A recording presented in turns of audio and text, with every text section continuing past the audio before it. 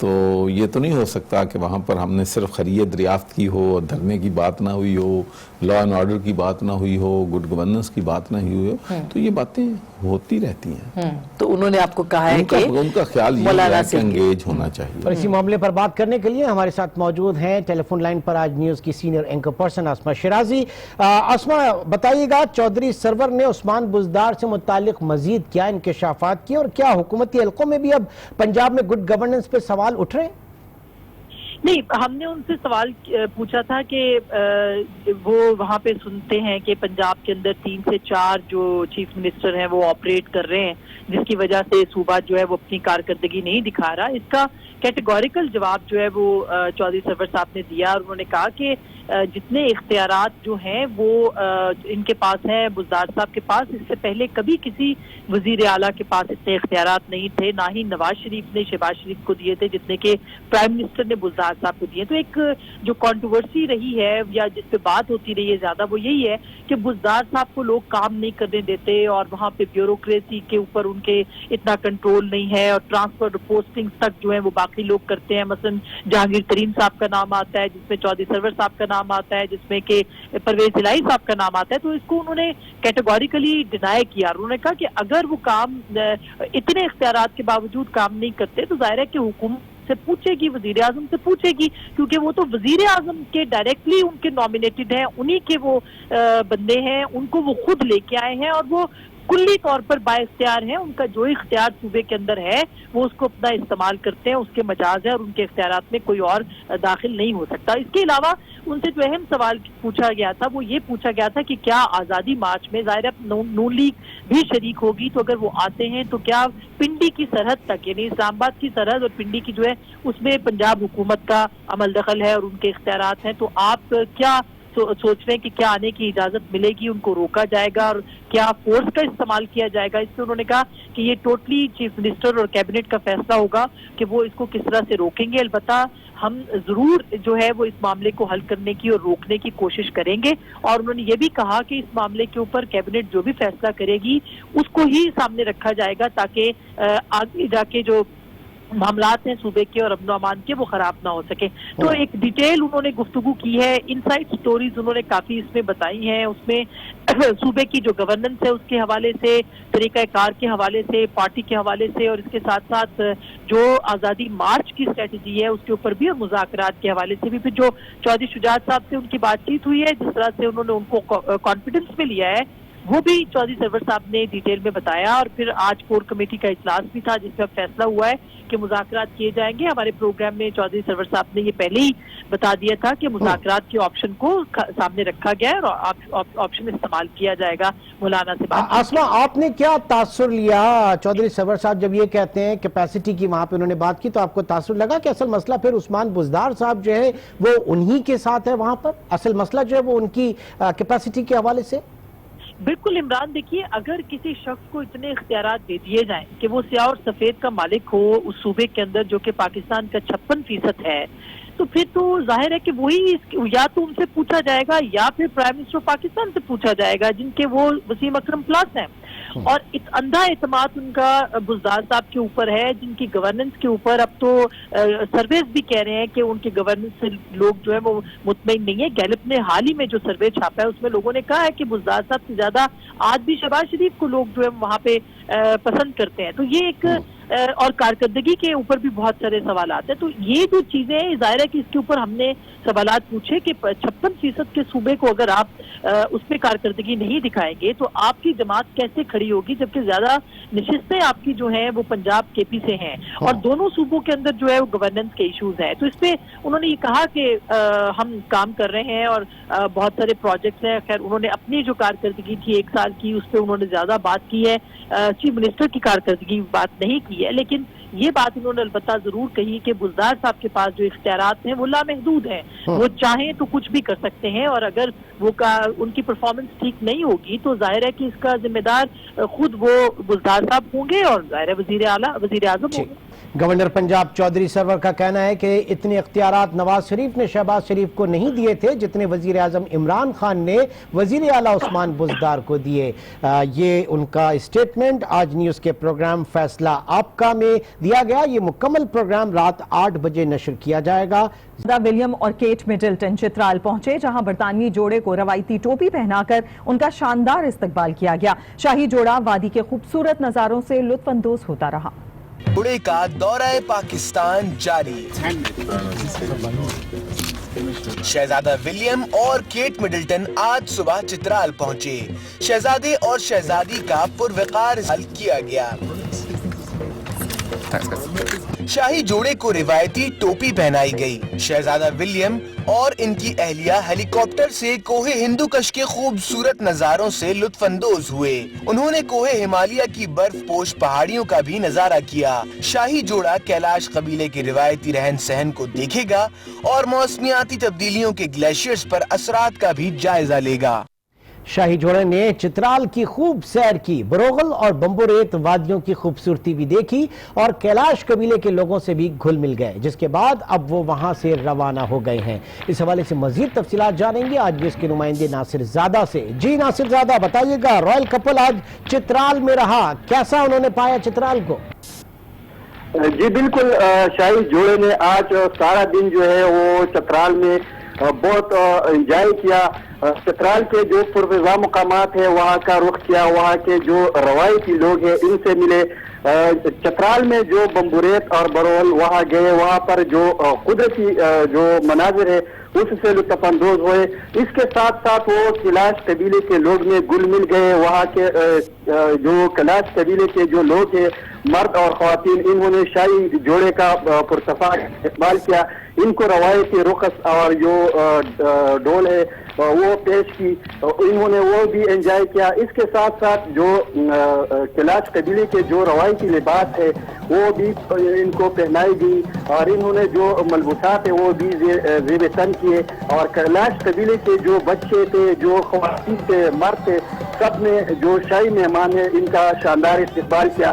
اس کے ساتھ ساتھ جو چترال میں جو ضلعی انتظامیہ ہے انہوں نے بھی جو شاہی مہمان ہے ان کی سیکورٹی اور دیگر جو سارے کام کے شاہی جوڑے نے چترال کی سیر کی. ان کی وہاں پر مصروفیات کے حوالے سے ہمیں اپڈیٹ کر رہے تھے ناصر زادہ، آپ کا بہت شکریہ.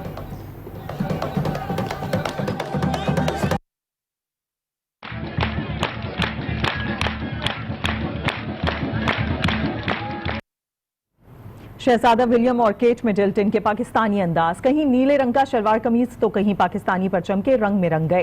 یادگار پاکستان پر پرنس ولیم کی شیروانی اور کیٹ کی میکسی نے بھی برطانیہ اور پاکستان میں لوگوں کے دل جیت لیے. مزید خبروں کی جانب بڑھتے ہیں. وزیر اعظم عمران خان کا دورہ سعودی عرب کامیاب رہا. دورے میں وزیر اعظم نے سعودی فرمانروا شاہ سلمان اور ولی عہد محمد بن سلمان سے الگ الگ ملاقاتیں کیں. ایران کی جانب سے پیش کردہ تجاویز سے بھی سعودی قیادت کو آگاہ کیا گیا.